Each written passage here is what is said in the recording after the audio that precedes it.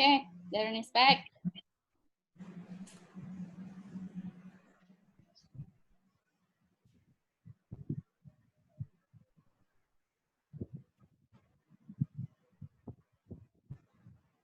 Everybody looks so fresh. Really? Not like the last time. Last time I looked like I had a wrestling match just before I went online. You look like you just shaved. I just did. Yeah. Okay. Yeah. Okay. Right. I don't have my laptop. All right. Your sound is breaking. Okay, let's start. It's 3:30 now. Okay, 3, 2, 1, start. We're already live. Right. Shout out to these keywords: certainty, uncertainty, significant, connection and love, Let's see if I can. growth, and contributions.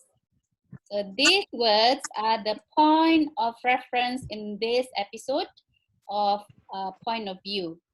So good afternoon, everyone. Welcome to Point of View series. Today is our 22nd episode. Well, the Point of View series is basically a live online talk show where we invite guests to share their knowledge, experiences, wisdom, or perspective with our audience. And the purpose of this session is basically to enlighten each other and hopefully along the line of getting the light bulb moment that perhaps all of us we could act upon for the betterment of ourselves and also for others around us. My name is Jacqueline Joannis. I'll be hosting the session, but as usual, I'm not the only one. I will be with my duet, Sheikh Omar, to also host the session. And with us today, as you can see, our regular panel guests every Wednesday. We are honored to have you again, Darren Suresh. And Thank you. First of all, thanks a lot again for an hour of your precious Wednesday. And to our viewers, thank you for your support. To our live viewers, thank you so much for dropping by. We hope that however long that you will want to be with us, you will gain something out of it. So in this context, gaining, it will be around you learn something out of it, right? So I believe it will work in two ways. It will be much more impactful if you can be part of the session by you asking questions, or you can also share your perspective around the topic that we have chosen. And how you can do that? You can do that by typing in your comment at the comment section, or you can also PM us, any one of us here. It can be during live or later in case you are watching this recording later, because the video will be on my Facebook wall until Facebook decide not to, right? So, as usual, let's introduce ourselves. Omar, Darren, and I, we are corporate trainers. We also coaches, mentors, or speakers in our own specialization. So, so let's hear from each one of us about our specific areas. So let's start with. Let me start. Yeah. Hi, everybody. Welcome to our 22nd episode. My name is Omar, and today I do training. I'm also a coach, and the area of my area of focus is actually on conversations, helping people to develop confidence in conversations. And how that started is actually, well, it goes way back when. I've been doing this for about 10 years now, 10 years or so. Before that, I was in corporate, and I was actually in IT. I was an IT guy, so from IT, I'm now doing training. And what I noticed all those years in corporate was that a lot of the issues that we have with other people, with solving problems, with discussions, were all centered around communication. And towards the end of my corporate career, I could see that there was a gap in that area, where the lack of communication skills, if people were to improve on it, it could solve a lot of the problems in probably half the time. Because most of the time people are arguing or misunderstanding each other, or their ego gets in the way, or just the way of discussion gets in the way. But if we improve our communication skills, all these problems will be minimized. And so when I left corporate, I didn't just jump into training as if everybody can train. I actually learned about training, and I also learned about communication skills in various aspects. So today I help people develop better skills in communication. I'm still a work in progress. Communication is an ever-going skill that you need to develop, and it's also an art and a science. So today in our discussion, it's still going to have elements of communication in it. That's what makes this exciting for me. And so with that, I'd like to pass it over to Darren. If you could introduce yourself. Hi, thanks, Omar. Hi, everybody out there. My name is Darren Suresh. I'm the founder of Awesome Tribes. And how I got into training 15 years ago is surely by accident. You see, my first job was in Singapore, and I was actually working as a technician in a factory in Bedok, right, National Panasonics. And I was a technician, and I noticed that my supervisor kept giving me all the production operators for me to train for some reason. And I was thinking that, well, it was part of a technician's job to actually train the production operators. But I noticed that the other technicians were not doing it. So I approached my supervisors and asked him and say, why are you passing me all the operators to train? Because I don't see the other technicians doing it. And he just turned around to me and said, you know what, Darren, you are just pretty natural at this, hence why I'm asking you to train. So I got introduced into the world of training by sheer bullying. I got bullied into it. So that was an interesting moment for me in my life. Then many years down the road, I got into it a little bit more and more. And finally, more officially, about 15 years ago, when I officially became an L&D exec in a corporate job. And from there, I moved on into having my own company and building up and focusing on what I want to focus on as a consultant. My areas of expertise include leadership, customer service, communication. I do my fair bit of team building and team engagements, and I'm also very big into gamifications. I create and run my own gamifications for all levels, whether it's a public workshop or whether it's part of an activity or part of a training, I do that as well. So that's a little bit about my story. I am married with 3 lovely boys at home who are finding the RMCO period a bit daunting and challenging for them to be entertained, right? So it's very interesting that whatever that we spoke out or spoke about on the previous topics, very highly, I actually apply them at home. I have to, because I have 3 very energetic young boys running around. So that's a little bit about me, and I'm looking forward to these sessions, because this session is going to be talking about one of my favorite mentors or seafoods I look up to, which is Tony Robbins, and definitely the system that he pretty much laid out for the rest of the world to actually get on, which are the 6 human needs. So before we go further, I'll pass it back to Jacqueline for her fantastic introduction. Thank you. Thank you, Darren. Well, for me, profession-wise, I was in learning and development for 13 years in a few companies.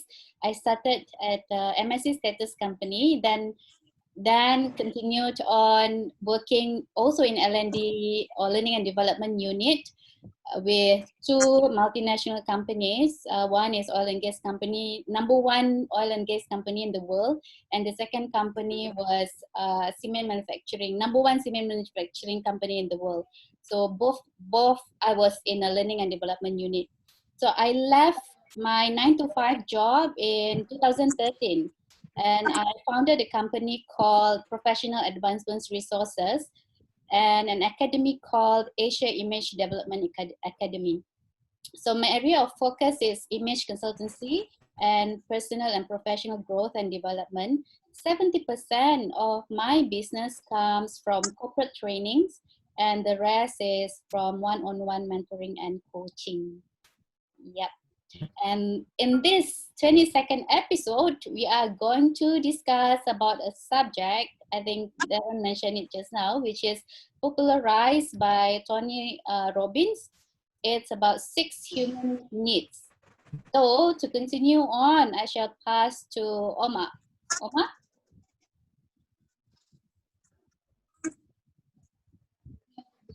Omar is Okay, so I want to go back a little bit into some of the past episodes. Can you hear me now? Yes. Can you hear me now?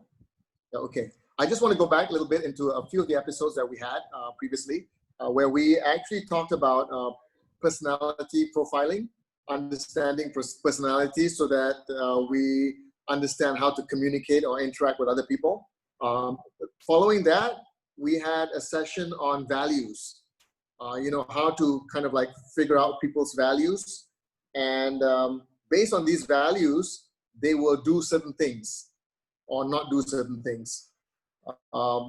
Then that was followed by another episode that was basically driven by Darren as well, called VAK, which stands for visual, auditory, or kinesthetic. So these are ways that people receive information or respond to things. And today we're going to talk about the 6 human needs, right? So if you think about this, all this is actually, to me, the umbrella around all of this is communication skills. Because a lot of times when we talk about communication, we refer to things like eye contact, the tangible stuff, eye contact, body language, tone of voice, but we never really address the understanding behind communication, right? So today, if you follow today's session and you combine it with all the previous episodes, it'll help you become a more intelligent and a more sensitive conversationalist, right? Because you're able to see, or rather have an insight into how somebody behaves or how somebody responds and what drives them. And these are the real values, or rather the real skills behind communication. And with these skills, you're able to drive the communication in different ways that you like, or extract information that you like, or elicit the kind of response that you want. So essentially, communication skills is not there's no hard and fast rule. But what's important is that you need to be aware of all the various elements. Yeah, so all the various elements, we've been trying to cover it over the past few episodes. Today is just another one. And if you take these elements to consideration, it'll make you into a more rounded conversationalist. Yeah, so today is a fourth topic that is actually around conversation, and is the 6 human values. So this is not rehearsed. So Darren is going to run this discussion. And again, Jack and I are going to be his subject, his guinea pigs. And I hate this kind of stuff, Jack, because it's a kind of like is a bit revealing. But I guess I'll have to go through with this. Okay, over to you, Darren.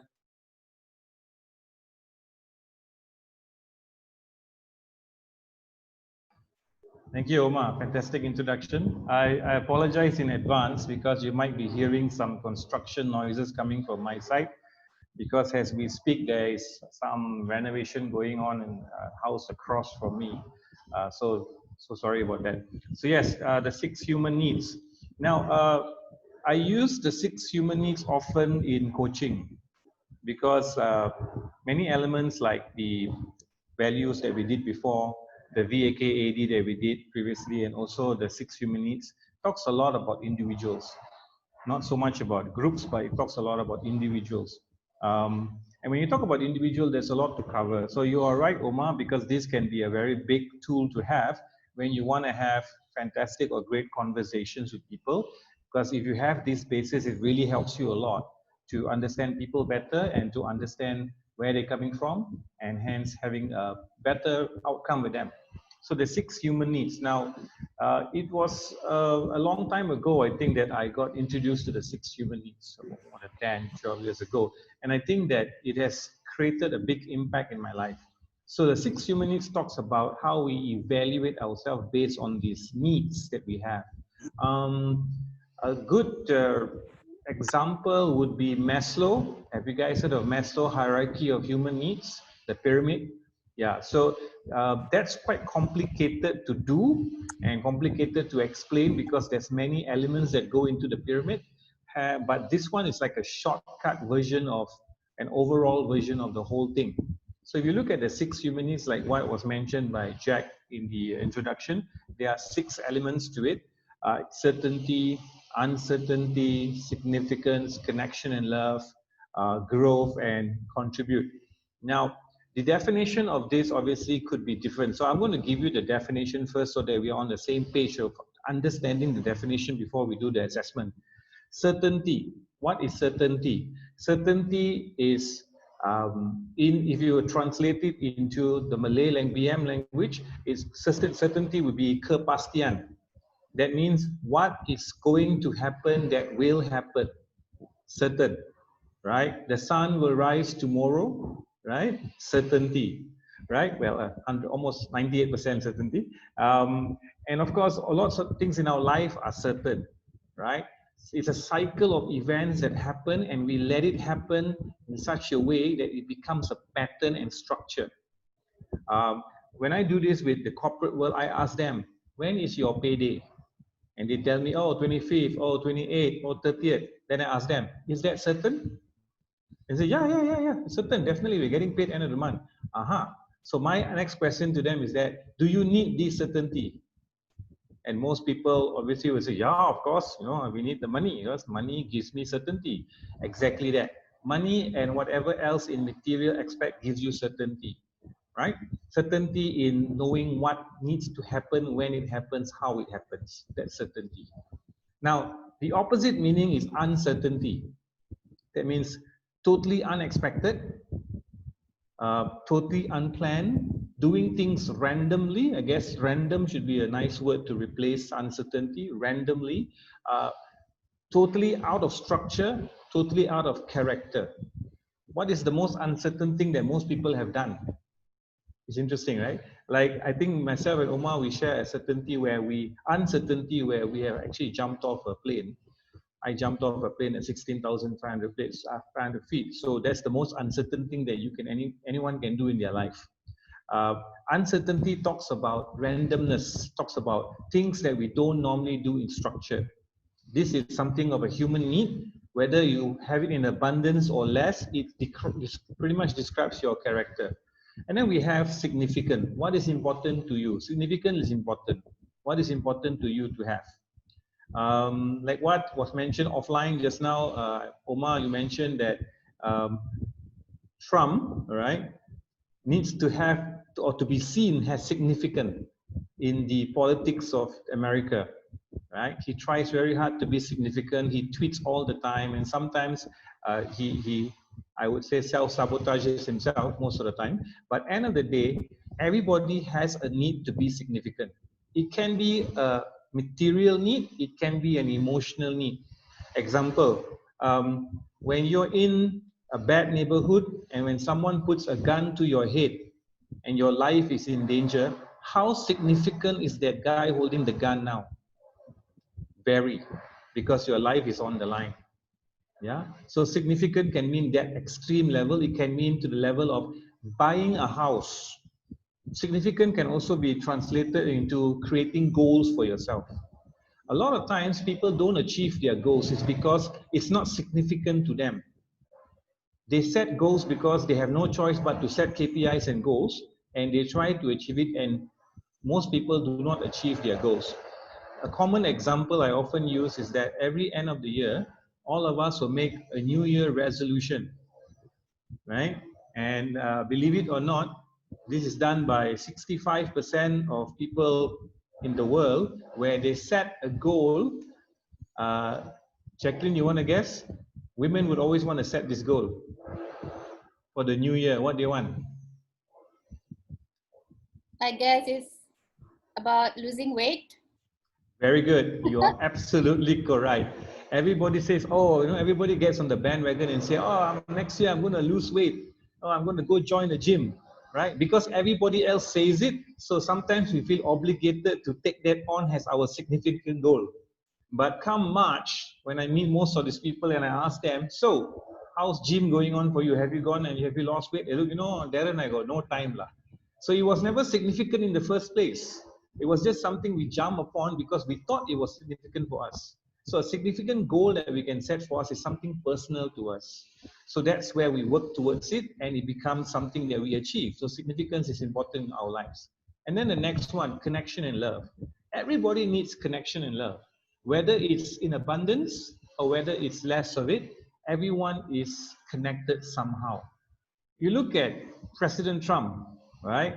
Being the tough character he is and being the most unpopular person in social media and mainstream media, he also has a need to have connection and love. Because if you look at him, he has a family, right? He has a family. He has, believe it or not, he has people that love him. So he has that need to be or have connection and love.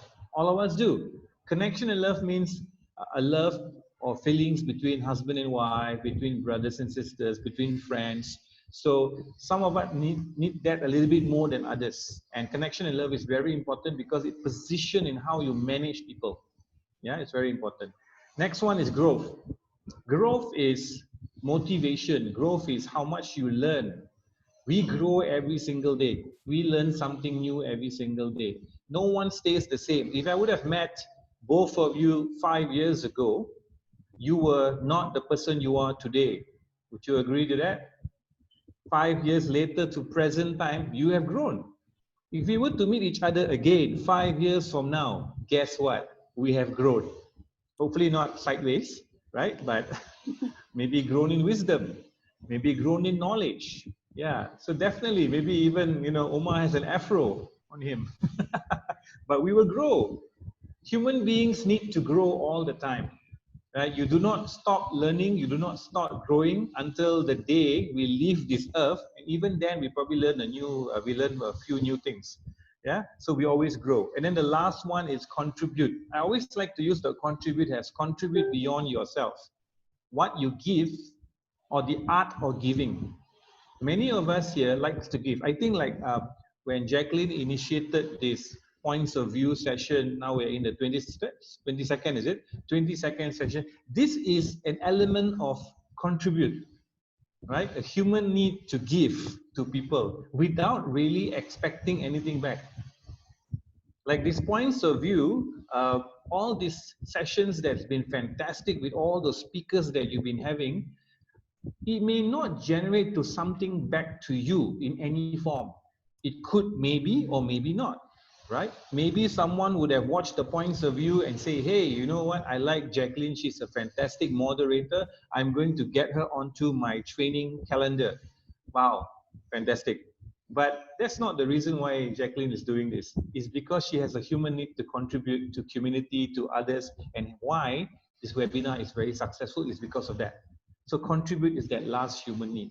Now, Tony Robbins did not really arrange this in any certain way. That means what comes first, what comes second, what comes third, it's not really what you see as in the flow I just mentioned. It can be anything coming first, second, third for you. So this is where both of you, I would like you to once again look back at the 6 human needs, look back into your own lives, and rearrange them in accordance with what is important to you first, second, third, fourth, fifth, and sixth. Right? You may want to do it now. Go ahead. Or maybe you have done it. I don't know.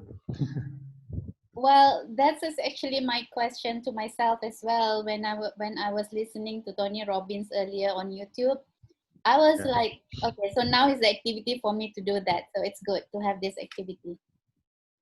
Good.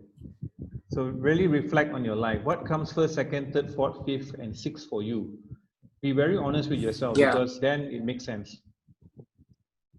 Yeah, so you were saying that this is in no particular order, but these are the 6 areas of needs that humans have. And I guess different people will have different ratings for these things, right? And these things can change. Yes, it right? can. So these are motivations in their life. So So if you recognize that significance is important to, let's say, to Donald Trump, then the conversation, if you want the conversation to be prolonged or you want to be on his good side, you've got to address his significance. So this is how it works, right? Yeah. Yeah. Okay. Hence All why right, you so can see why yeah, Donald and Trump has. So now the activities for me and Omar to rank, basically to how do we value those 6 elements or 6 needs according to the current situation. Yes. Our state of being at the moment.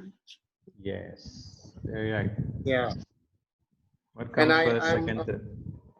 I'm also looking at this and I'm realizing that things have changed for me, you know, as early as maybe just last year until now, things have changed a little bit.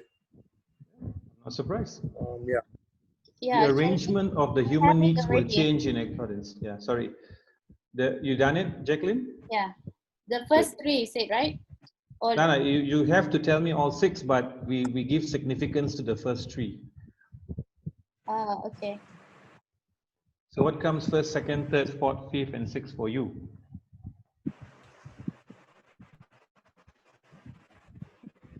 I'm still not clear about certainty and uncertainty.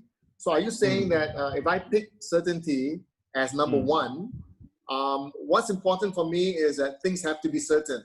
So things like security, income, they have to be certain before I do anything else. All right? Yes. Okay. So that part I understand. What about uncertainty? How can uncertainty be significant? I mean, how can it be prominent? Yeah. It's like maybe a quick analogy would be like if you were to go and have a meal outside a restaurant and all that, example, even if you have meals with your friend, you notice that some people will order the same thing almost every single day, especially like a significant drink, a teh ais limau, right? A teh ais limau. So certainty means to say that even if the person, if I know the person's human need to be certainty number 1, even before the person arrives at the restaurant, I know that he will order a teh ais limau. I'll order the teh ais limau for him because I know he is very certain about it. But uncertainty means to say that even your drinks change every single day. You don't have a significant drink. You go out there and one day you have dinosaur Milo, the next day you're having Ribena ice, next day you're having warm water. That is randomness, that's uncertain. You just don't fix yourself to a certain way of thinking. And and I guess for some people, uncertainty is a big thing. So like for instance, they don't like to stay in one place.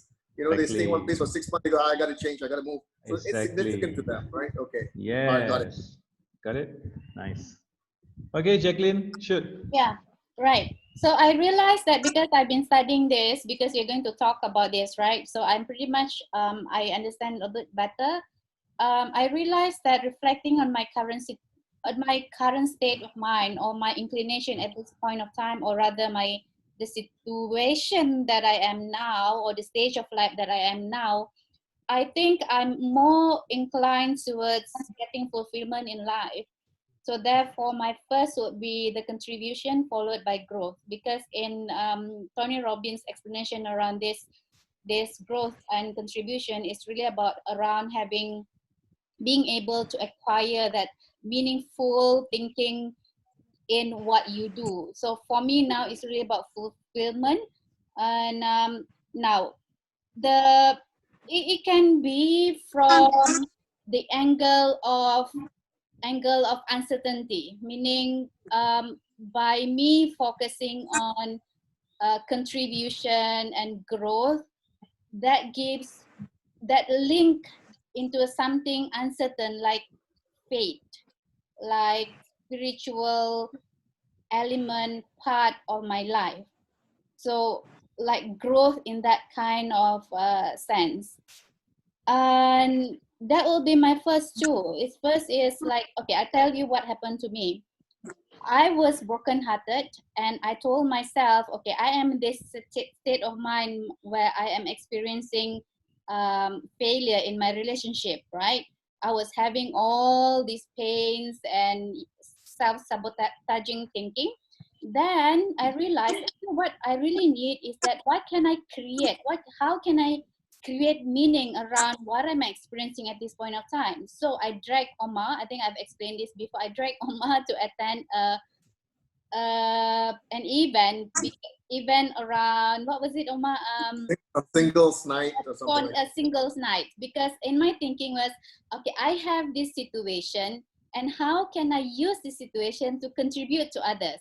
Because the flow of thought was, okay, I want to go to this event, this singles event, because I want to create an event. I want to organize an event like this, where all these people who have experienced these pains that I'm experiencing now, we can get together and perhaps we can have have fun at the same time, creating a community where we can support each other. And that's exactly what happened when we completed our first singles. We call that Mango Tango Valentine's night. And from there, those people who attended our events, they actually created a WhatsApp group, where in that group all are the singles. We are now then sort of like supporting each other. So that's the first part. And then another example why I value contribution as my first is that, okay, in this situation where everyone is not able to go out to do our normal stuff, and everyone seems to be online. So I said, okay, I am in this kind of situation. So what can I do about this? What can I contribute? Because this is not a comfortable situation for everyone at this point of time, because we are going through this COVID-19 pandemic, right?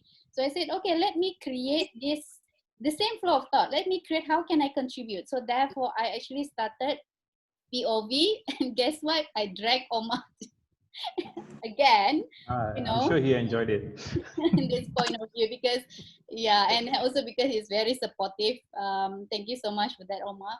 And I realized, right, reflecting on this, I realized that's how I have been operating, I think, for the past few years of my life. Probably like since I started doing my own training, or my own business in training, which started in 2013. So I realized that's how I've been operating. Yeah. So the next is growth. Along the line of contributing, at the same time, it has to be fueled by me, the desire.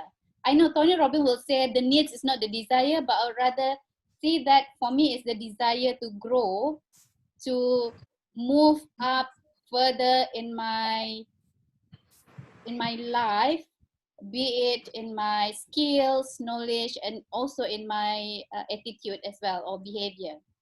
So that's why, and I like the idea of seeing me progressing, because that builds happiness, fulfillment. So that's my first contribution, growth. And the next one is, I think I'm a bit torn, or rather my thinking is divided into whether should I put uncertainty or certainty first, or I put it equally, meaning it's like a oxymoron kind of thought. I need this uncertainty to be certain, I need this certainty to have this, to know that there's actually a certain thing out of this uncertainty. I don't know what I'm talking about, but it's like it has to be for me, these two exist at the same time. For you to answer that, the way you answer that question, I would tell you your number 3 is certainty. Okay. Yeah. Yeah. Good one. Yeah. Because but I don't know whether it's certainty if I know that if I classify certain situation as uncertain, right? And therefore I need certainty. But I don't know whether this is certainty if I don't have that uncertainty, right? So it's together. For me, it's like certainty is like thinking of jumping off the plane, and uncertainty is that you don't think, you just jump off the plane. So for you, I think it would be, you need to, because you remember you're also a reflective thinker. So when you're a reflective thinker, you have a very high level to move to certainty, which is nothing wrong, it's okay. Because you tend to reflect upon how does it impact me, you being you, the person. How does people impact Yeah. me? How do me being around people impact me? How do their attitude impact me? So when you are in that mode, it just means that you are very certain about it. So it's okay. You can put number 3 as certainty, and then you put number 4 as uncertainty, which is still fine, as if, Can it as be if, as if together? it's not too far away. Can it be It together? Certainty because and it's the uncertainty at the same time. Or it has to be right. because it's not that say it cannot be together, because certainty and uncertainty are opposite polar points, Yeah. right? You cannot be certain and uncertain at the same time. You have to be certain about it, and then uncertainty comes in on different aspects of your life. Like for me, I feel the uncertainty for you is the ability for you to travel alone. You do your solo trips, Hmm. right? That is an element of uncertainty, because not everyone does that. You Okay. know, not So, everyone has the ability to go on their own and meet strangers and things like that, because that's uncertain. You don't know right. who you're going to meet. You don't know what's going to happen. That's Yeah. uncertainty. So I Yeah. got it already. Why? Because the thinking earlier is really around my flow of thought. So it's not flow of thought, but it's rather how do I put myself that will give me the sense of needs at that point of time. So yeah, you're right. Because uncertainty, when from your explanation, uncertainty is more of like having this surprise, this discovery, right? Having discovered something out of something. So probably, yeah, you're right. Number 3 is certainty. But I'm inclined towards uncertainty. At this point of time, it's the adventures Yeah. part of this that probably the things that I need to feel It's significant.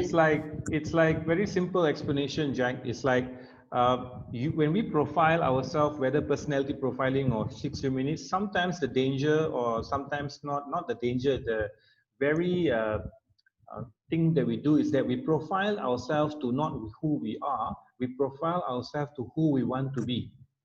So it's like going to a karaoke and wanting to sing, but you know you're shy. You know you're not going to be the first singer. You know you're going to have to warm up first before the mic finally reaches you. But that person who has uncertainty as number 1, they'll grab the mic and start singing 10 songs. That's uncertainty. Whether the person like me or don't like my voice, I don't care. I want to sing, right? Uncertainty. You may do that in certain circumstances, but with a lot of reflective thinking backing it up. Like Right. for example, for you to approach a stranger and say, I want to talk to this guy and find out where is this guy from, right? But you are already thinking about it to approach the guy. So that's certain. Right. Uncertain is that you just like Omar. Omar has uncertainty quite high. He can just enter an elevator and start talking to anyone. That's Yeah, uncertainty. yeah, Yeah. but in a lot of part of my life now, this stage of my life, I think I value uncertainty when it comes to work, because I don't mind starting anything without even having a lot of thinking around it, because I am pretty much driven by the first 2 just now, contribution and growth. But I don't know whether can that be working. Will that work well? Will that achieve something? Will I get something out of it, or will it be turning as good as how I expected it to be? I don't think about that anymore. But I'm very much focused around whether it contributes something that allow me to grow. So because I don't like certainty. If I put certainty, why I don't like it? Because it will frame me. It will give me some kind of box, or frame me in a sense that, oh, if it's not working, if it's not certain, then I won't be doing that. So I don't think I'm in that kind of stage. Yes, I was like that before. I need to be, it has to be proven. Then only I will do. But I think in this stage of my life, yeah, it's just that I haven't jumped off the plane for now. Probably, but I can do that now. I think previously, no, don't, no, I won't be able to do that. Yeah. It's good So news. yeah, so Scuba diving, Jack. Scuba diving. I'll put number 3, uncertainty. Yeah. And number 4, certainty. Number, how many? 6. Okay, number 2, 3, 4, 5. The 5th one will be connection and love. The last one will be significant. It's good. Yeah. Why significant is not, it's my, I value that the least, if I can say, is because from what I understood from Tony Robbins, is about you feeling unique, feeling important, feeling being seen or wanting to be seen as special. I couldn't be bothered about what people think about me. Couldn't be bothered whether people see me unique. With that though. Sorry, Oma? Nothing wrong with that though. Yeah, well, nothing wrong with that.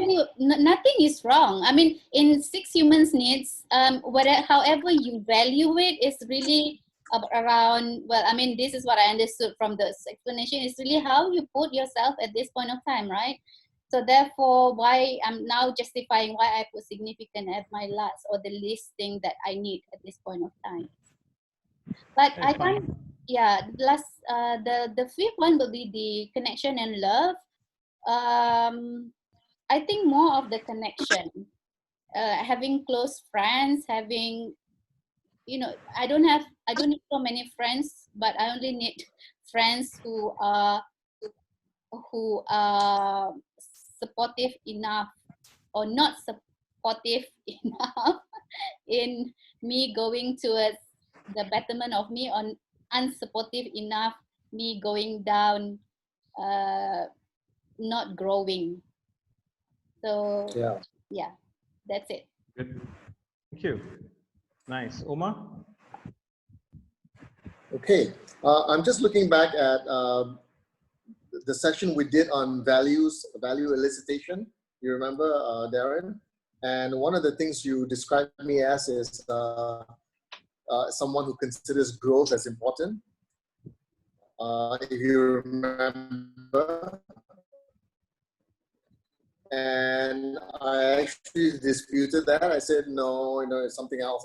Yeah, you're actually right. Growth is important to me. I can't sit down and not do something new, you know. And so now when I'm looking at this is when I realize this. First of all, so you're smiling because you redeem yourself.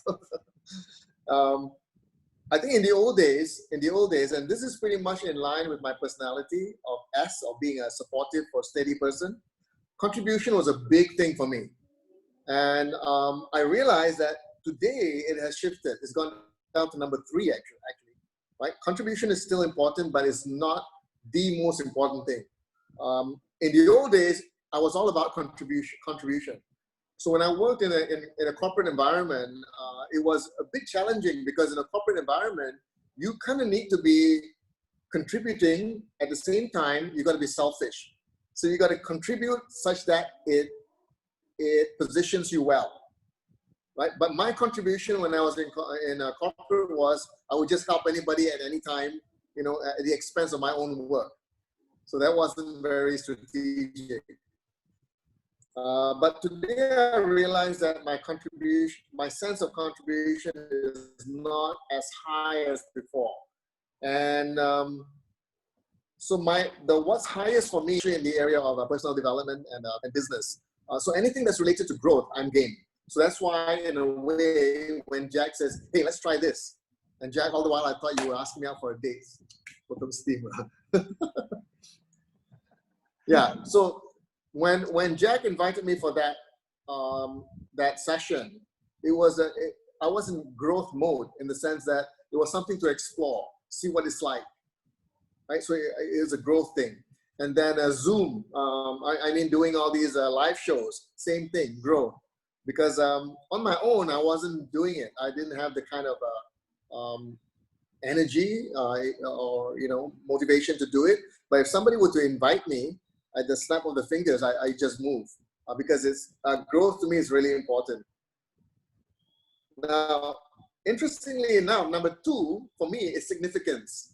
So especially at my age now, where I'm thinking, I've done a lot of growing, I've done a lot of contribution, blah, blah, blah. And it's about time that I become significant.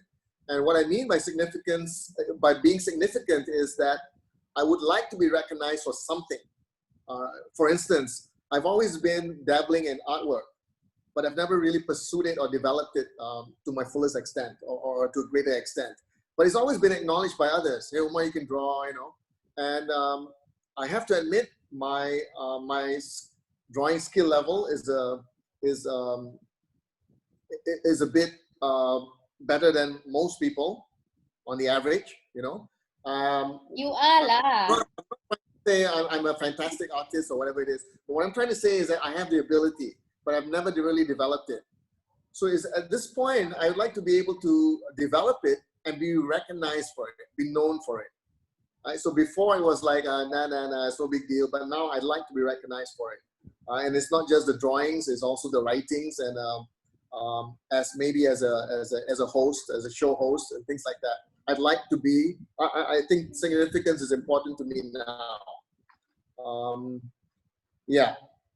So number one is growth. Number two, significance. Number three is still contribution. I'm still about contribution. It's still very important for me to contribute. So when I'm growing and I'm doing something of significance, it's got to help others too. It's not purely for myself. And interestingly enough, uncertainty was very high for me before. People could just ask me to do things, or I would explore things. It was really important for me to try out different things. I don't like to be doing the same things over and over again. So in other words, even when I go to work, right, I would try to go a different route or go home a different way. Consciously, I go, I've done this before. I want to go a different way. I want to go to that shop. I want to see what's in this environment. I was always in that mode, and I was trying different things as well. Trying out different businesses, different endeavors. But today, the need to be uncertain is much less. In fact, that's my last one. I want to be more certain. When I do something, I want to be sure that it's going to lead to something.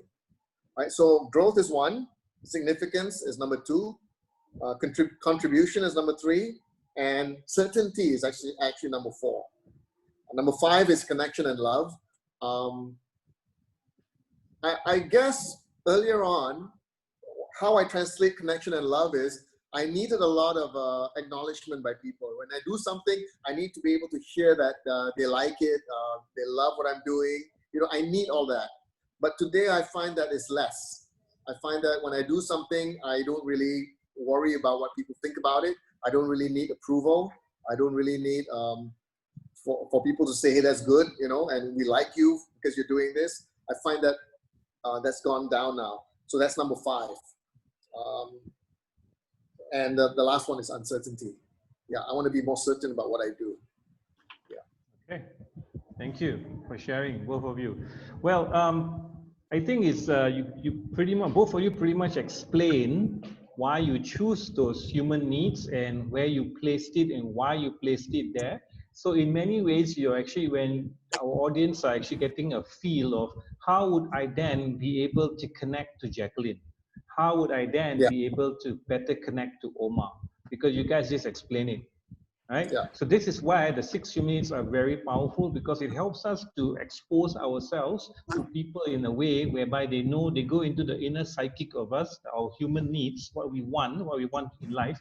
And from there, we could have a more better relationship.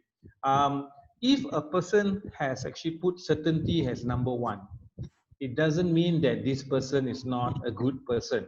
It just means that they are at a point in their life where they need to have certainty there first.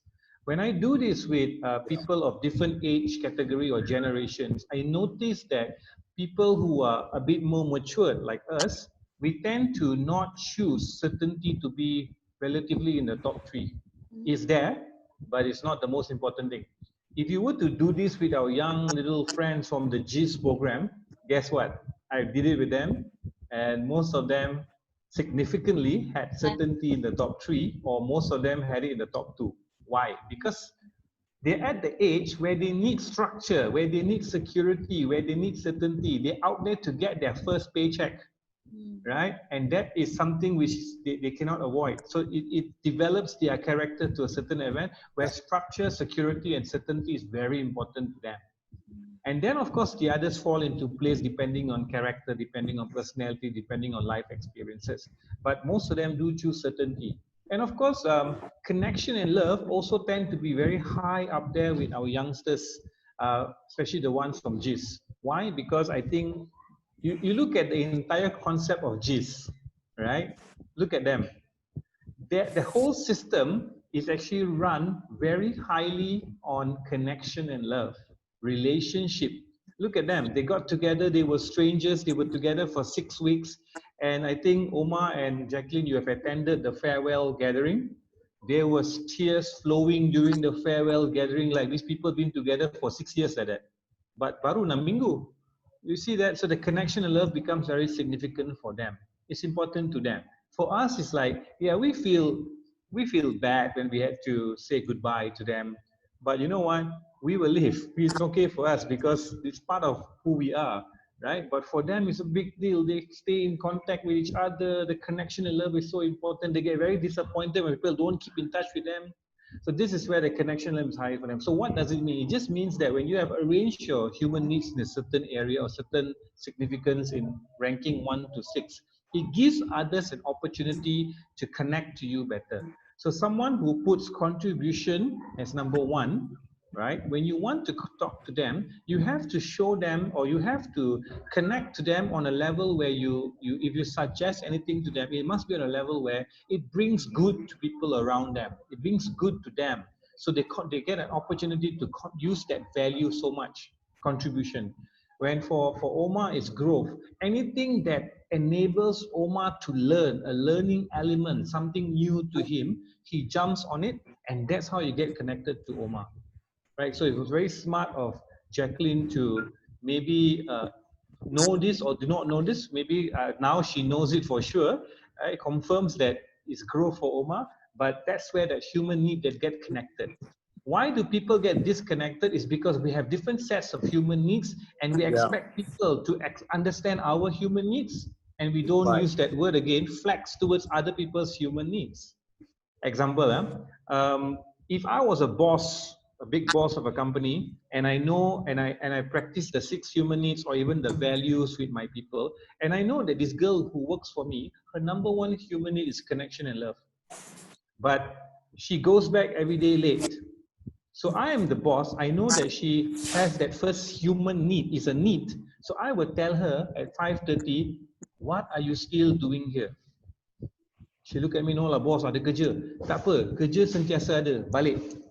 Because I understand that she wants to go home because she wants to spend time with her children, with her husband, with her family, because to fulfill her first human need, which is connection and love. So when she sees that I understand her and she goes home, right, and she comes back, doesn't she wants to contribute more to me? She wants to connect more to me? Because I understand her human need.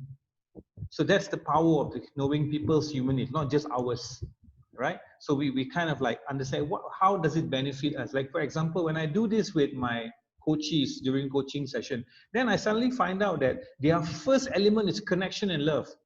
Now I know it's about building relationship lah. If I don't build a relationship with them, I won't be a very effective coach to them because they won't open up to me. Right? If their first value is certainty, the first human is certainty, then it's all about how many times are you going to see me? How long are you going to see me? Right? And through these moments that you're going to see me, what would be the outcome? It's all about certainty. It's all about results, right? For them. So this is where it's different for everybody. And once you know the human need, you're able to position yourself better in how you communicate with people, how you deal with people. In fact, you can actually sit down a group of 10 people together from the same department and say, hey guys, let's do this exercise. Let's find out the human needs of our department. It's like the values, because in the end it translates to value. And then they argue for 3 or 4 hours, then they finally come up with a list of things that's important to them. Maybe like, significance being number 1. So once the department has actually identified those sets of human needs as their set values, then they know how to deal with each other much more effectively already. Whatever happens, they go back to that value. Whatever happens, they go back to that human need. Hey, remember, our first human need is about significance. So kalau kita set the goal, we must achieve it. We must be serious about work. So you see, we keep going back to that. So hence why they can get job done better. So it's all about how we react and respond in a relationship with a group of people or with an individual. It depends how you want to use the human needs. And it's very powerful. It's where Right. we go to that level of getting connection to people. So yeah, well, I'm curious around how this can be interrelated to the stage of life, because you mentioned about a different set of a different group of people will have, or different stage of life will have a different and different preferences, or they value things different, those six differently. Yes, very good question, Jacqueline. How you would rate your 6 human needs would be depending on the environment and the experiences that you're in right now, present time. How you would have done it 5 years ago would be different. Maybe some slight changes here and there. How you would be doing it 5 years from now would be probably slightly different because the importance of the human need has changed. And a graduate started out in his life having certainty as number one, because why? Job, security, money. When that graduate becomes a father, right, holds the baby in his hands for the first time, suddenly connection and love becomes very important, right? There you go. So whatever experiences happen to you, it will influence change in your human needs, because human needs changes with experiences and what happens to you environmental wise. And that's how the human needs get repositioned every now and then. Right. Yeah, I also want to point out, I think for entrepreneurs, right? For entrepreneurs, they certainty is not that important for them. You know, therefore, they view uncertainty as a challenge, as a growth, as a challenge. So if you speak to, you know, your friend who is who values certainty, and you say, hey, let's do some business, he's not going to do it. Right? He's not going to do it. But if you speak to entrepreneur types out there, they are risk takers. You know, they say, hey, let's do this business. Let's go into a, let's say right now you have a job, but during this COVID period, things have slowed down, and somebody says, hey, let's do this disinfectant business. It's uncertain, you know, but to people like who are risk takers, where uncertainty is okay for them, they'll just jump into it. Yep. Right. So right. A lot of, would it be right to say that a lot of entrepreneurs they rank uncertainty as very high? Right? It's not that. Yes. It's not that. You know, it is not something that is scary for them.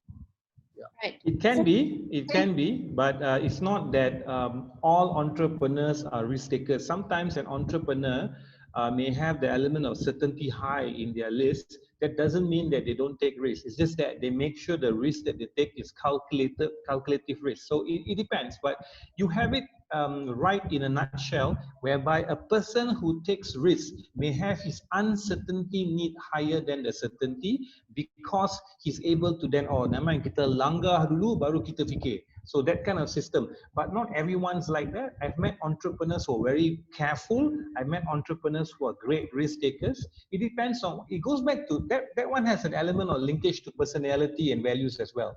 So it depends. But in a general concept, you have points. You're right, because a person who has uncertainty higher, of course, tend to take more risks. A person who has certainty higher tend to not to take risks, but try to make sure the risks are worth taking, and it's more of a calculated risk.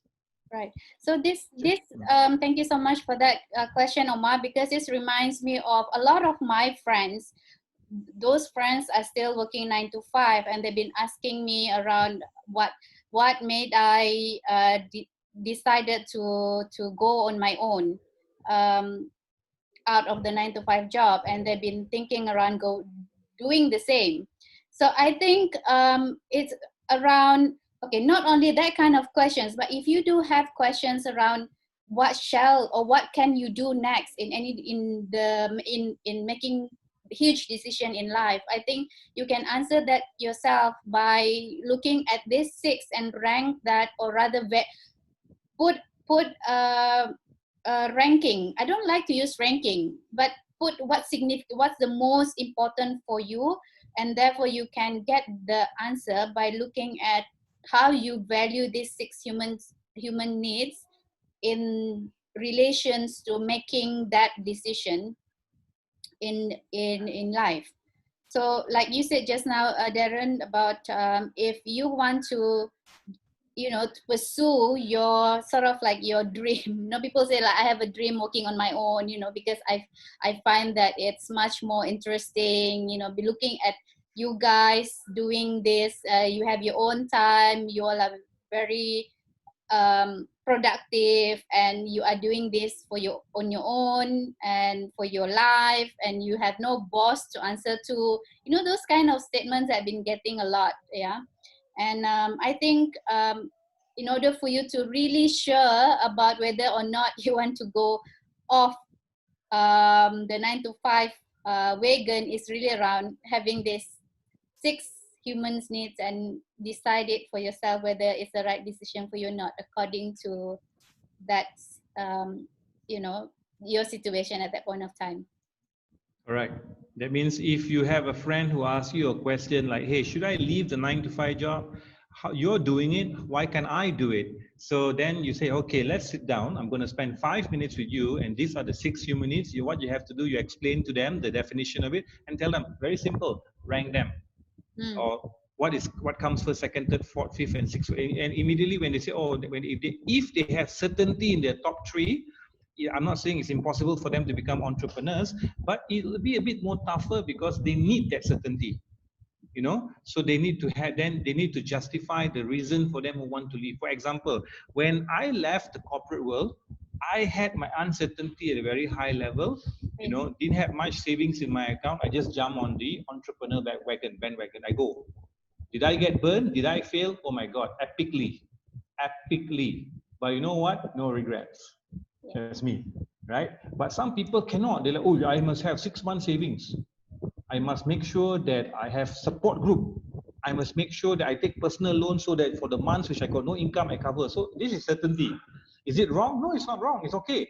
It's whatever works for you. But people who wants to go into business must understand the element of risk is higher than you staying in your 9 to 5 job. So are you up for it? Then you advise them accordingly. But don't discourage them. Don't say, oh, you're not ready for the outside world. You don't have that 6 human. No, it's okay. There's no biasness in what you rate yourself to be. It's just who you are. So if you're ready to go, you're ready to go. But maybe you have to you need to have more precaution and things put into place for you to move to the next level, which is fine. That's also very apparent with individuals and also groups. Sometimes they're just not ready to move to the next level, that's it. So I have a questions around application wise, right? Because this is also like Omar mentioned earlier, for you to be able to build better connection with others, and not all the time that you have this opportunity to explain, okay, there's actually 6 human needs by Tony Robbins. Let's see where are you so that we can build connection. Not always we have this kind of opportunity to talk or to rather to discuss, right? So how do you figure out sort of, or rather making a better assumption about what that particular person, what would be the priority? What's the top needs that this person then the 6 human needs may not be always suitable to use all the time, because it takes a certain level of understanding, and it takes a certain level of intellect for you to do. Example, no biasness towards anyone's intellectual level, but let's say someone who's matured, someone who has seen life a little bit, when you do the 6 human needs, it makes sense to them. You do this with the SPM school leaver, the fellow is going to give you the kind of face. So it's not to say that maybe they're just not ready for the 6 human needs. So do something simpler. Like, for example, remember the Golden Circle by Simon Sinek? That would actually be much better for someone who is in that level where they are not matured enough yet to understand the 6 human needs. The what, how, and why makes sense. So you can ask them, so you want to be an entrepreneur, you want to own your own business. Can you tell me why? Then they say, oh, well, because I'll have a lot of free time, because I have this. Then you start to see from their reasoning whether their reasons are of substance. If it's of substance, then you say, okay, I think why not? You can try it out, but advise them accordingly. But they just say, oh, you know, entrepreneur, I want to be like you, lah, Jack. You're always online. You're very free. You know, you can meet thousands of people. Then you say, hey, your why is not that good, lah. Are you really sure that this is why you want to be an entrepreneur? So Right. then you get to see that. So it's like a shortcut version. Ask them the why question. I keep asking them. You know the system of the 5 whys. Keep asking them why until they give you a more solid answer. Right. So my next question is that also application of this, because it's also building connection. Can you sort of like gauge a person through his or her action, or rather Yes. information? And you know, actually from that, you can sort of like figure out their value. I mean, these 6 ranking in them. How do they rank? Very good question. Very good question. Yes, you can.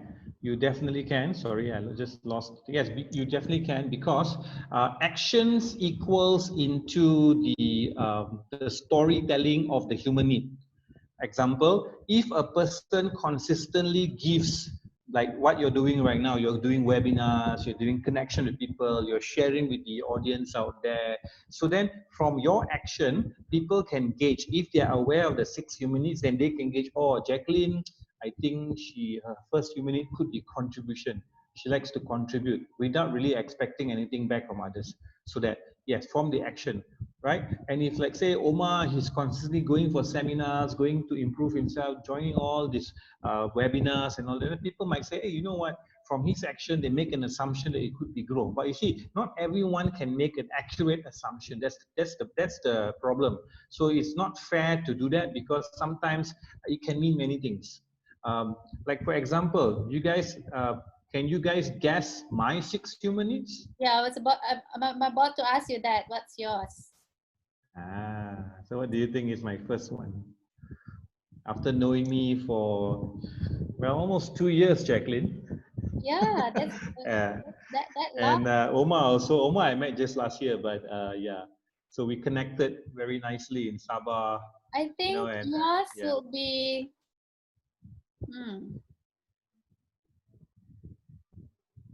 growth, the first one. I'd say contribution. Sorry, From the again? conversations that we've had, I would say contribution. Yeah, I'm torn in between contribution and growth, but you have the element of uncertainty as well. You are very go-getter, like, you know, very adventurous. Yeah, you're right. So if I were to arrange my 6 human needs on right now, present day, because it was probably different last year, like what Omar said, his was different last year. Because why? The circumstances that we were in last year was totally not the circumstances that we are in right now. So for me right now, I would say that it's number 1 is still contribute. Yes, you're right, Omar. Contribution, especially when I can give to others without really expecting much back from people. My second one is actually connection and love. Why? Because I'm a relationship person. For me, it's all about the relationship. If there's no relationship, there is no trust, there is no friendship, I see there's no purpose doing a lot of things. Right? So the reason why I have something, an organization called the Awesome Tribe, is because of relationship. So what is a tribe? A tribe is a community of people and friends, right? Yeah. Yeah. So hence why connection and love is number 2 for me. And number 3 is growth. Because I see every opportunity as an opportunity to learn something. Right? Number 4, uncertainty. You're right, Jacqueline. I'm quite uncertain. I like uncertainty. I will jump off the plane. I will do the whitewater rafting. I will go into a cave. I will, do things that people don't want to do, because I love it. I love that experience. I may fail. I may even fail. It's fine. All right. Then my 5th one would be significant, right? Because I don't see a need for me to be to have self-significance, but maybe group significance. Why not? And the last one is certainty. Why? Because at this age in my life, right, I don't focus so much on what is so certain, because I know it. You see, for me, is that I always believe that if you put action into place, if you contribute to others, right, if you have connection and love, and you have growth, the first 3, everything else falls into place for me. That's me. It may be different for Jacqueline, it may be different for Omar, but that's how the human need works for me. Right. And that's, yeah. Interesting. Okay, last, because we are running out of time, but I want to ask this question. I noticed that as Good. I am listening to you, the more I listen to your explanation, the more it is glaringly telling me I can use this in building rapport. Right? By you hearing words used, Yes. the Actions, inclination of this words. person, gestures, so you know exactly how can you connect with this person and you can build rapport. So am I right to say that? Yes, you're right. Definitely. Any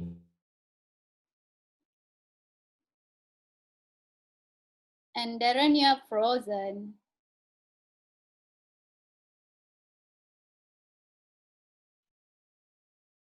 You are mute, Oma. Yeah. Darren is frozen. Okay, Yeah, definitely. So this is where when you talk about conversations, being engaging in a conversation, these are elements that can contribute to that. Okay, yeah. so Darren is back. Yeah. okay, Darren is Sorry, I saying just that. We're talking about building rep. yeah, I got zoomed out by Zoom. Yes, you're right, Jacqueline. Just to go back on that last question you asked me, you can use this to build rapport. The hints you get from the gestures, from the body language, from the communication style of the person, you can use that to kind of like build. But be very careful that your rapport is once again going back on being genuine. Because why? Um, if you are genuine to wanting to build a rapport based on what you mentioned just now, then you're going to have a good time. Then basically you get along well.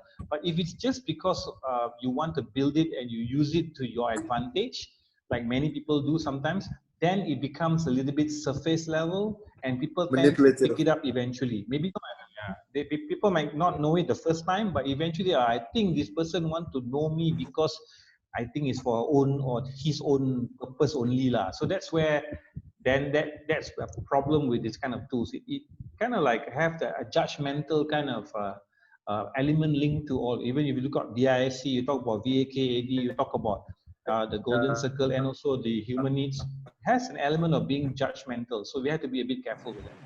All right. So thank you so much, Darren. This is very useful for me personally. It get me to be reminded on, you know, my own inclination, what drives me.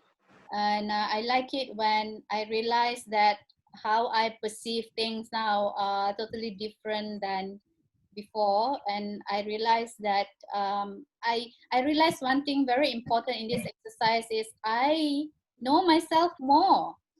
Yeah, a bit more than you know, that, or rather the understanding about me is much more organized, because I have point of reference. Yeah. So therefore it gets me to understand myself better. Oma? And we get to understand each other better, right? Yeah. You guys captured everything that I wanted to point out as well. It helps me understand myself better, and it also helps you to have a better engagement because you know what the other person's, what the priorities are.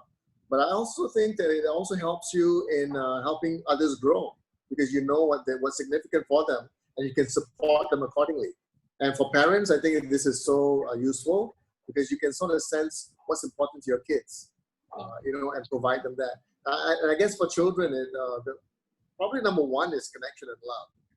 So as long as you provide that first, make sure you provide that first to provide stability, then you can move on to other things. Because if you don't provide that, they don't get a sense of that, then nothing's going to work. Because I think for a lot of parents, they want their kids to move, but they fail to show or to express the connection and love. So the kids don't get that. When they don't get that, then nothing works. Right. Yeah. All right. So my last sort of like what I got from my research, short research around this Tony Robbins topic is, by you having this understanding around these 6 human needs, you can actually see what can you match with others as well, especially if you're looking for a partner, for example. Yeah, because he said, Um, right? Because he said you can predict their behavior, their at that point of time, as in that specific kind of situation, and see if there's a match for your specific needs. This is the yeah, other way around. I think this is again the usage, the other part of how you can apply this. Whether can you see a match, whether it can be professional match or it can be intimate match or social match. That's what he said. So it's kind of like it's something that it's interesting to know further yeah. on how you can use this in your life. Yes, Yeah, Omar. I got one more thing to say. Darren, would I be right to say that um, these six needs can also change in different situations? Like for instance, for you at work, it could be something else, or in business, it could be something else. Yeah, in your family, it could be something else. So, for instance, at work, you may seek significance as a key thing, but in your home environment, it's not that important. It's something else that's important. Yeah, so situationally, it could change as well. It's not so much on that platform, but you have a point that it does change. Rather, it's like this. You may have growth as number one and contribution as number two and all the other arrangement, but it is not that it changes position in different environments. It's just that you go to a need which is more significant and more related to that environment without Yeah. really changing the positioning so much. It's not Okay. so much about, oh, okay, when I go home, my connection and love becomes number one and my contribution goes to number three. No, it's not so much on that. It remains in the current position and standing, but you just keep going to those areas and spending more time there once needed. Like example, when I have contribution as number one, it doesn't mean that it can mean both professional and personal. What do I mean? At work, contribution means to say that I like to give to people, I like to share knowledge, I like to uh, see that all of us benefit something from this so that I contribute myself to it. But at home, I contribute my time to my family. I contribute my years to my family. I contribute my heart to my family. That doesn't mean that you go to just connection and love. The contribution is still there in different ways.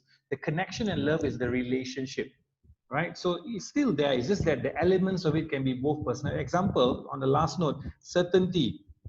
People always say that, oh, certainty is very about security, but actually there's two types of certainty. Number one is material certainty. Number two is emotional certainty. Yeah. Example of a material certainty is salary, pay bills on time, structure. That is material.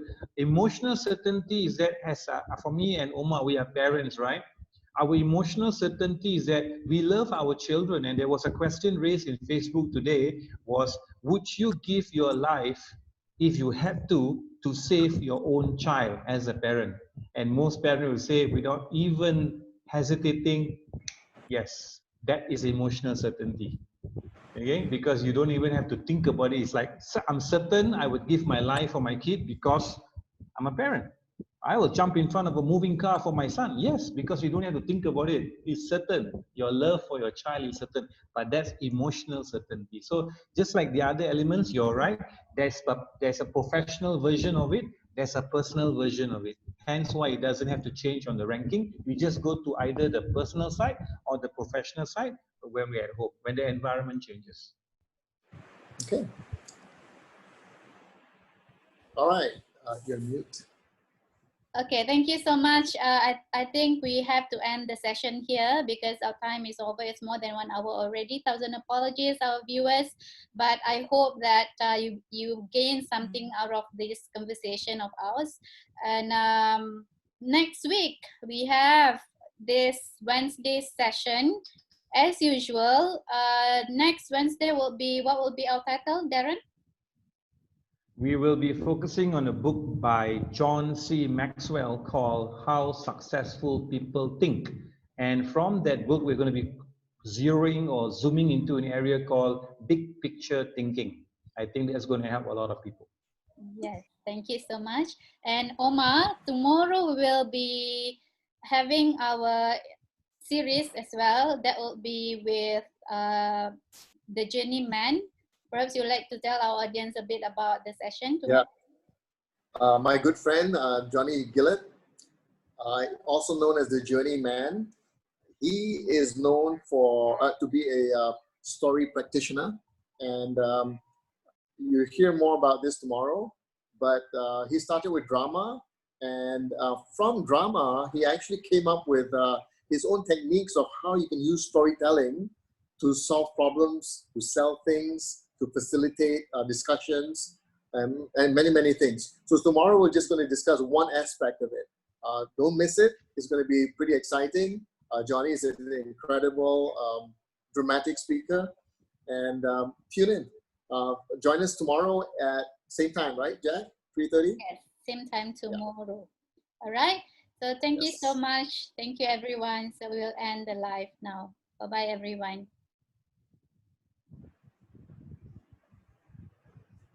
Okay. Yeah, no more live. Wow, superb. Superb. Good. You like that? Yeah, it's very, very. I've seen. I've read this like long time ago. Then I lupa. It's good to get connected again. And all the skills or all the tools that we've been using, like talking about DIC, you talk about VAKAD, you talk about the golden circle, you talk about this 6 human needs. Imagine if an organization, like when I was a team manager, I used these elements to build the team. So you just imagine 3 of us here, and we got to know each other better by using these tools. Imagine right now we have to work with each other for the next 1 year. The results will be fantastic because we know each other's 6 human needs. We know the VAKAD, we know the DIC. This can only support us, right? Is it? Yeah. Which makes me think, could we put something together, something comprehensive that encapsulates all of this and propose it? Your doodle, you mean propose to? Propose it as a solution. Oh, okay. You know, as a solution. Yeah. How to build I don't know, how to build a team comprehensively by having all these elements. Give it some kind of a name. Because people talk about team building and then they do different things. But you know, or how to be, or even you can put it under a communication skills program, right? But usually communication skills, people just talk about rapport building, eye contact, stuff like that, right? They never encapsulate all of these elements.